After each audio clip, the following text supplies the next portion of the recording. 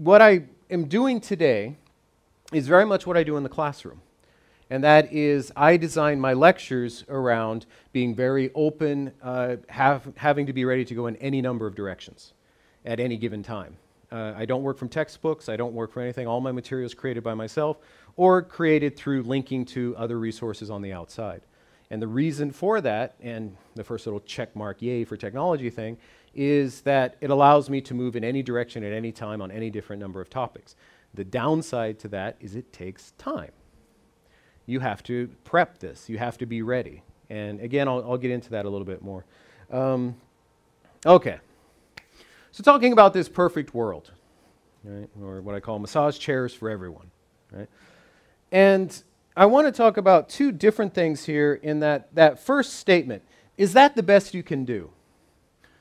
And the reason that I've chosen that particular phrase is the way that I approach technology and the way I think of technology in education is not so much to think about it in terms of this technology is great or this technology is useful or I should be using this technology. It's, for me, I approach it from the argument that you need to focus more on, is your room, is your classroom the perfect educational environment by your definition? And I'll talk again a little more about what does that mean, your definition, okay, and in terms of your personal framework. So when we talk about in a perfect world, and again, the reason I put the word massage chairs in there is that people say, oh yeah, if I had these surround sound screens, if we had screens on all the walls, and if all the students had massage chairs, and if we had this and we had that, that would just be fantastic.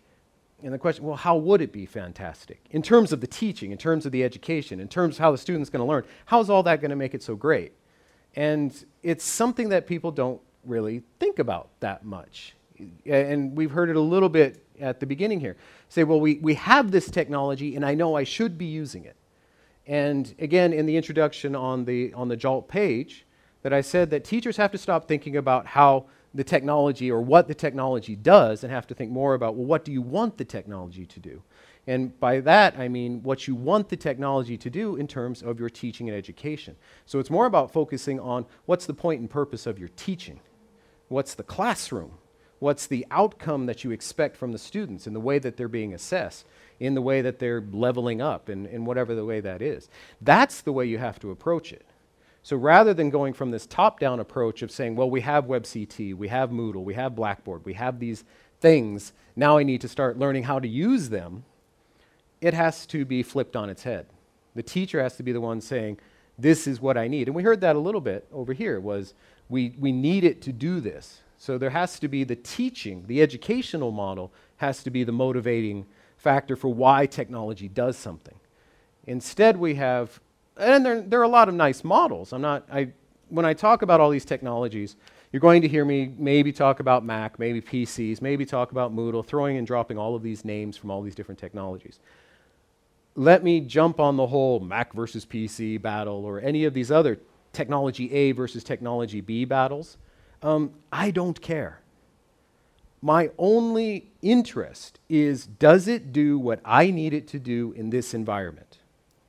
Now, I use PCs. Why? I was trained on PCs, right? Had a Macintosh for your whole life. That's what you learned how to use.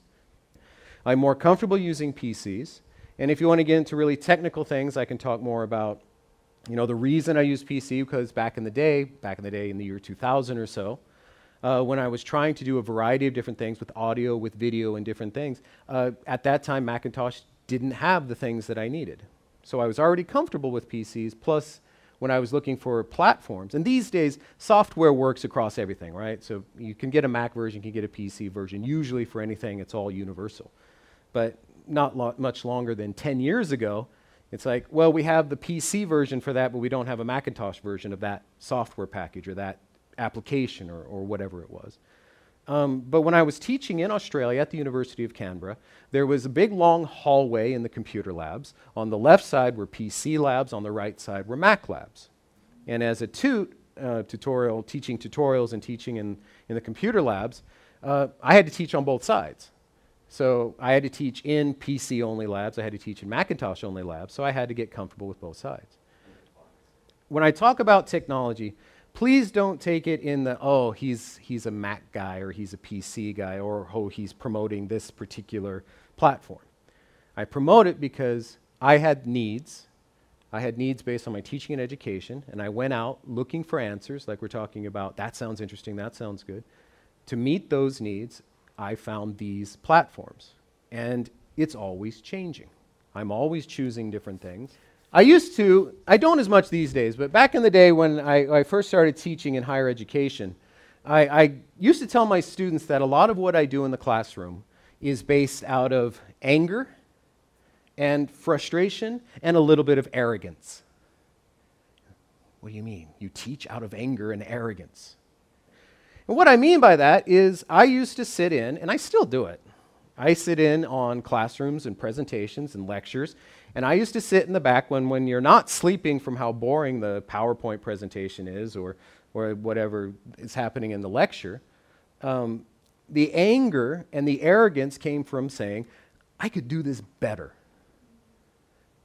I see what this person's trying to do, I see what they're doing, but I can do it better. And I was 21, 22 years old and had the chutzpah to come in and say, I can do it better than you. Not so much to say that I know the topic better, that, oh, I know more about physics than you do, professor. It's the difference of saying, you can be a math professional, you can be a physics major in engineering, but it doesn't make you a good teacher.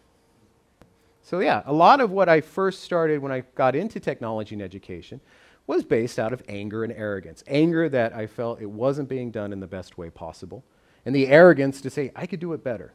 When I get the chance, I'll do it better. And I challenge my students even now, especially at a university of education. Next semester, I teach what's called Kokusai Rikai, International Globalization Studies. And I tell them the same thing. That class, I do a lot of presentation teaching them how to give presentations. And a lot of that is based on telling them, I want you to watch me today as I lecture, as I speak, and be thinking, I could do it better. If I was standing there right now, I could do it better. Okay, how would you do it better? What is it that I'm doing that's wrong or not effective or not interesting that you could stand up and do it better?